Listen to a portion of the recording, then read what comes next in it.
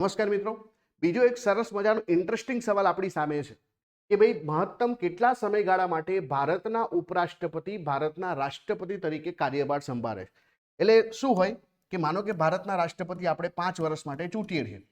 આ 5 વર્ષની અંદર કોઈ પણ સમયે જે છે એમનો હોદ્દો ખાલી પડી જાય, એટલે કે એમનું મૃત્યુ થાય, રાજીનામું કંઈ પણ એમને પોતાના હોદ્દા પરથી હટાવી દેવામાં આવે, તો હવે જે છે આજે રાષ્ટ્રપતિનો હોદ્દો જે છે ઉપરાષ્ટ્રપતિને મળે છે, પણ કેટલા સમય માટે મળે? તો ભારતમાં એવું છે કે જો રાષ્ટ્રપતિની સીટ ખાલી થાય તો વિધિન 6 મંથ આપણે ઇલેક્શન કરાવવાના હોય, અને એટલા માટે જે છે આપણા જે ઉપરાષ્ટ્રપતિ છે એ ભારતની અંદર ફક્ત ને ફક્ત મહત્તમ વધુમાં વધુ 6 મહિના સુધી આ હોદ્દો ધારણ કરી શકે છે. કેટલો?